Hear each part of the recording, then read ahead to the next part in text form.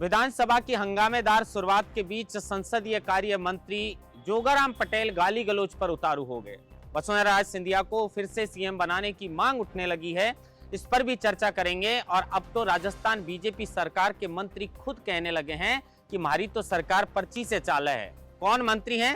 अविनाश गहलोत, इस पर भी चर्चा करेंगे। पायलट कांग्रेस के लिए पसीना बहा रहे हैं, तो वहीं किरोड़ी लाल मीणा बीजेपी के लिए नासूर बन चुके हैं। क्यों नासूर बन चुके हैं और क्यों बाबा ने तबीयत खराब बताकर और बयानबाजी करते हुए विधानसभा से छुट्टी ले ली है, इस पर भी चर्चा करेंगे।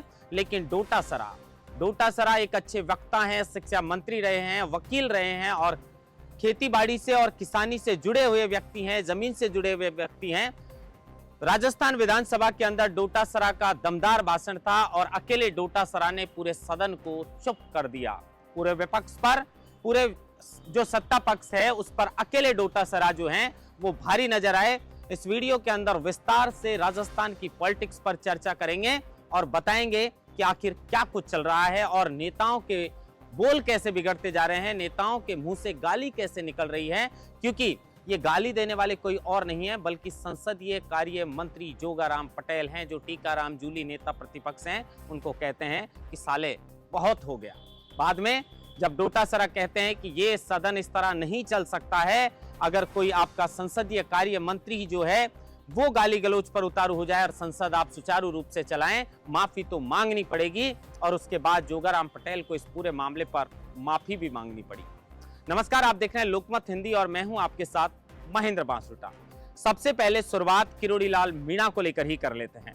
किरोड़ी लाल मीणा राजस्थान के विधानसभा सत्र से गायब हैं, छुट्टी पर हैं। क्यों छुट्टी पर हैं?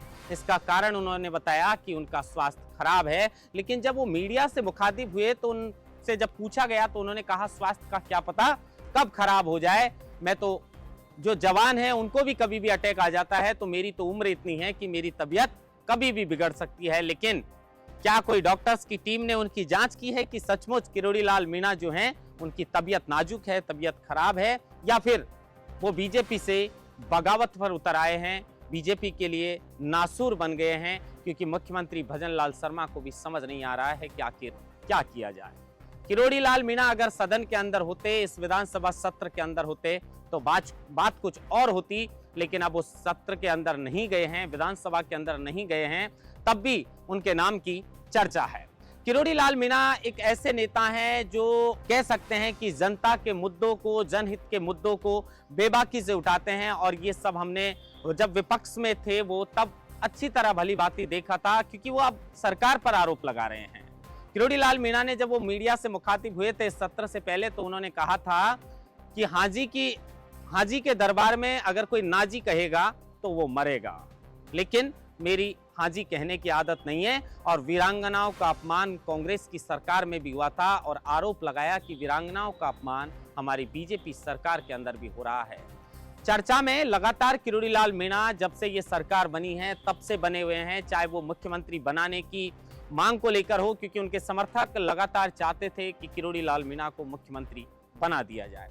हर नेता के समर्थक चाहते हैं कि उन्हें मुख्यमंत्री बना दिया जाना चाहिए, लेकिन मुख्यमंत्री हर कोई तो बन नहीं सकता। एक मुख्यमंत्री बन सकता है और पर्ची के माध्यम से राजस्थान के अंदर भजन लाल शर्मा को मुख्यमंत्री बनाया है। अब किरोड़ी लाल मीणा को लेकर तरह तरह की खबर जो है वो फैली हुई है कि क्यों किरोड़ी लाल मीणा विधानसभा के सत्र में नहीं पहुंचे। उनकी तबीयत सही है, उसके बावजूद उन्होंने तबीयत खराब बताकर क्यों वो इस सत्र से दूर हैं, क्या कारण है? क्या किरोड़ी लाल मीणा बगावत करना चाहते हैं? क्योंकि किरोड़ी लाल मीणा तो लोकसभा चुनाव के जब परिणाम आए थे उस वक्त से वो अपना इस्तीफा भेज चुके थे कि मुझे मंत्री नहीं रहना है, क्योंकि मैंने जो वादा किया था कि इस तरह पूर्वी राजस्थान में इन सीटों पर हार होती है तो मैं मंत्री पद से इस्तीफा दे दूंगा। इस्तीफा भी दिया, लेकिन उस इस्तीफे के बाद क्या कुछ हुआ है, आज तक वो इस्तीफा मंजूर नहीं हो पाया। और उसके बाद चाहे वो जयपुर के महेश नगर थाना क्षेत्र में जो मामला हुआ था उसमें भी उनके खिलाफ एफआईआर दर्ज कराई गई। और उसके बाद जब प्रधानमंत्री नरेंद्र मोदी राइजिंग राजस्थान में और ईआरसीपी का शिलान्यास करने के लिए आने वाले थे तो इंटेलिजेंस रिपोर्ट सौंपती है कि किरोड़ी लाल मीणा बाधा उत्पन्न कर सकते हैं। बाबा ने क्या क्या नहीं सहा। वो कहते हैं कि मेरे सिर से लेकर मेरे पैर तक एक भी ऐसी जगह नहीं बची है जिसमें मैंने पुलिस की लाठियां नहीं खाई हो। और मैंने क्या किया है। मैं हमेशा जनहित के मुद्दों को उठाता रहता हूं और बिल्कुल सही है कि अपनी सरकार में भी अगर किसी की बात नहीं मानी जाए, बावजूद उसके कि वो खुद कैबिनेट मंत्री हैं, तो दर्द छलकता है। और किरोड़ी लाल मीणा का शायद ये दर्द ही छलक रहा है। वो सदन में जाना नहीं चाहते और सदन में नहीं जाने की वजह से एक नई मुसीबत जो है वो मुख्यमंत्री भजन लाल शर्मा के सामने है। लेकिन नहीं जाने की वजह से अब तरह तरह की बात जो है वो बाहर फैली हुई है कि किरोड़ी लाल मीणा क्या कुछ कर सकते हैं। खैर, इससे हटकर अब चलते हैं आगे गाली गलौज की ओर। विधानसभा में जब सत्र चल रहा होता है तो हंगामा, ये आम बात है कि इस तरह की बात होती है। लेकिन एक संसदीय कार्य मंत्री जो फिलहाल जोगाराम पटेल हैं, और जोगाराम पटेल नेता प्रतिपक्ष जो टीकाराम जूली हैं, उनसे बोलते हैं कि साले बहुत हो गया। ये होने के बाद और कोई बोले या ना बोले, लेकिन प्रदेश अध्यक्ष गोविंद सिंह डोटासरा बोलने में पीछे नहीं हटते और हाथों के लहजे लगा लगा के किस तरह वो सदन में सबकी बोलती बंद कर देते हैं, ये हम सब जानते हैं। गोविंद सिंह डोटासरा ने कहा कि कोई संसदीय कार्य मंत्री नेता को गाली देता है, नेता प्रतिपक्ष को गाली देता है, और उसके बाद भी आप चाहते हैं कि यह सदन सुचारू रूप से चल सके। ऐसा हो नहीं सकता। फिर मजबूरन जोगाराम पटेल को खड़ा होना पड़ता है और कहा जाता है कि उत्तेजना के अंदर और फ्लो में अगर मेरे मुंह से निकल गया तो मैं सॉरी फील कर रहा हूं, इसे डिलीट करवा दिया जाए।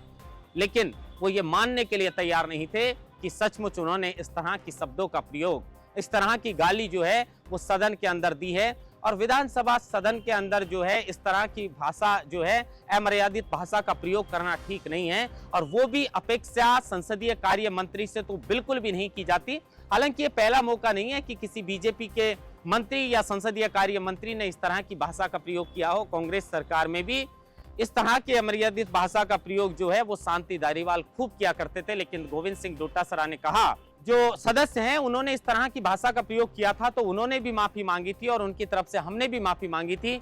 लेकिन जोगाराम पटेल तो ये मानने के लिए तैयार नहीं है कि उन्होंने इस तरह बोला भी है। हालांकि उन्होंने कहा कि फ्लो में मेरे मुंह से निकल गया होगा उत्तेजना में, तो मैं सॉरी फील करता हूं, लेकिन सदन के अंदर इस तरह की गाली गलौज नहीं होनी चाहिए। गोविंद सिंह डोटासरा ने कहा कि सदन के अंदर जनहितों के मुद्दों को उठाने के लिए आते हैं, जनता के मुद्दों को उठाने के लिए आते हैं, या गाली खाने के लिए नहीं आते हैं। और इस पर जोरदार हंगामा जो है वो राजस्थान विधानसभा के अंदर हुआ है। आगे उम्मीद करते हैं कि इस तरह की अमर्यादित भाषा का प्रयोग राजस्थान के कम से कम विधानसभा के अंदर तो नहीं होना चाहिए, जिससे पूरे प्रदेश का भविष्य तय किया जाता है। और उसकी वहीं से अगर इस तरह की भाषा का प्रयोग किया जाए तो ये राजस्थान के लिहाज से और राजस्थान वासियों के लिहाज से ये भाषा बिल्कुल भी ठीक नहीं है।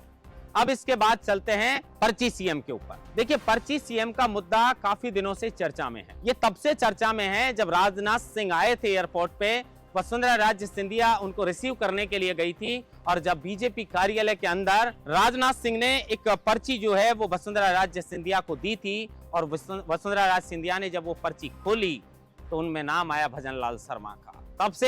तब से मुख्यमंत्री भजन लाल शर्मा को पर्ची सीएम बोला जाता है। लेकिन अब ये पर्ची सीएम जो है वो राजस्थान सरकार के मंत्री अविनाश गहलोत ने बोला है। अविनाश गहलोत ने बोला है कि हमारी तो सरकार ही पर्ची से चाले है, और ये बात बोलने के बाद में इसको विपक्ष ने मुद्दा बना लिया। और गोविंद सिंह डोटासरा ने कहा कि अब तो बीजेपी सरकार के मंत्री भी ये मान चुके हैं कि राजस्थान की सरकार पर्ची सरकार है।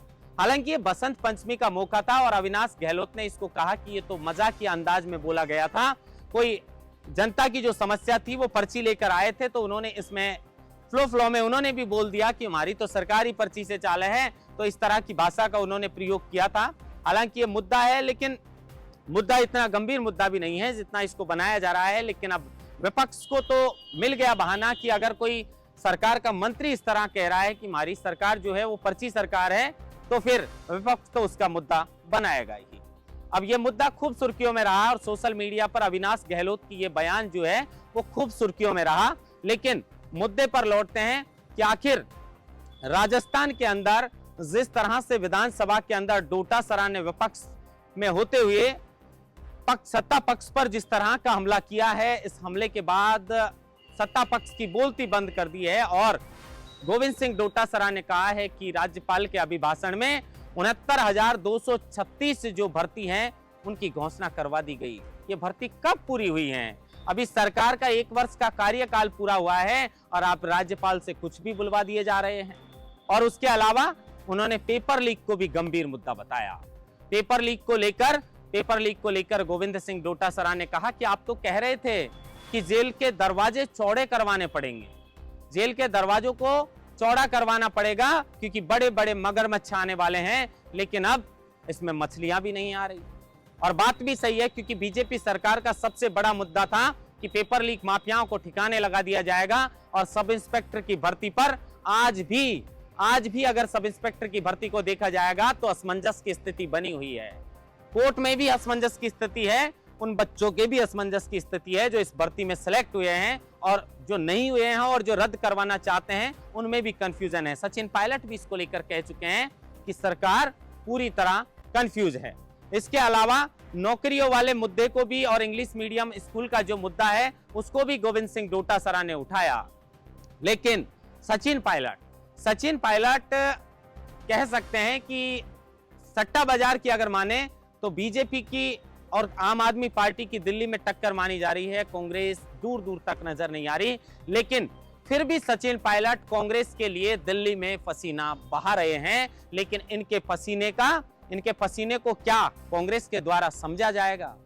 क्या कांग्रेस ये मानेगी कि सचिन पायलट, क्योंकि हर जगह पर अगर किसी नेता की प्रचार प्रसार में डिमांड होती है तो वो सचिन पायलट हैं।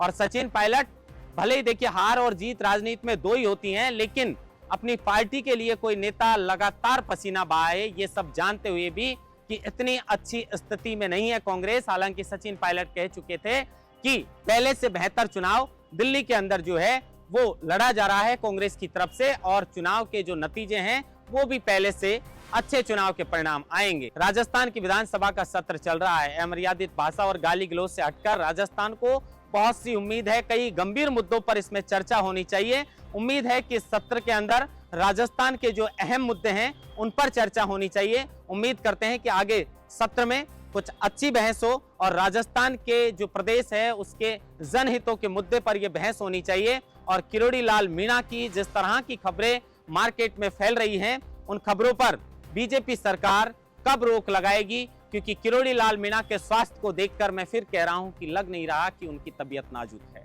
कुछ और ही लग रहा है। बाबा के मन को हर कोई पहचान नहीं पाता। और समर्थकों की बात है तो पाली के अंदर मुख्यमंत्री बनाने की बात जो है वो वसुंधरा राजे सिंधिया को चली है। क्यों चली है? क्योंकि जब वो गाड़ी में बैठकर निकल रही थी तो उनके समर्थक कह रहे थे कि राजस्थान का मुख्यमंत्री कैसा हो, वसुंधरा राजे सिंधिया जैसा हो। और एक समर्थक कहने लगा कि मुख्यमंत्री बन जाइए आप। लेकिन जिस तरह वसुंधरा राज हाथ करते हुए बता रही हैं कि बनना तो चाहती हूं लेकिन मेरे हाथ में थोड़ी है, उन्होंने कहा मेरे हाथ में थोड़ी है। बनना तो कौन नहीं चाहता। अशोक गहलोत के समर्थक हैं, किरोड़ी लाल मीणा के समर्थक हैं, वसुंधरा राजे सिंधिया के समर्थक हैं, सब नेताओं के, यहां तक कि जिस तरह की स्थिति मानेसर के अंदर बनी हुई थी उस तरह की स्थिति अब बीजेपी के अंदर बनी हुई है। जब सचिन पायलट अपनी पार्टी से बगावत करके और मानेसर चले गए थे क्योंकि वो सीएम पद के दावेदार थे।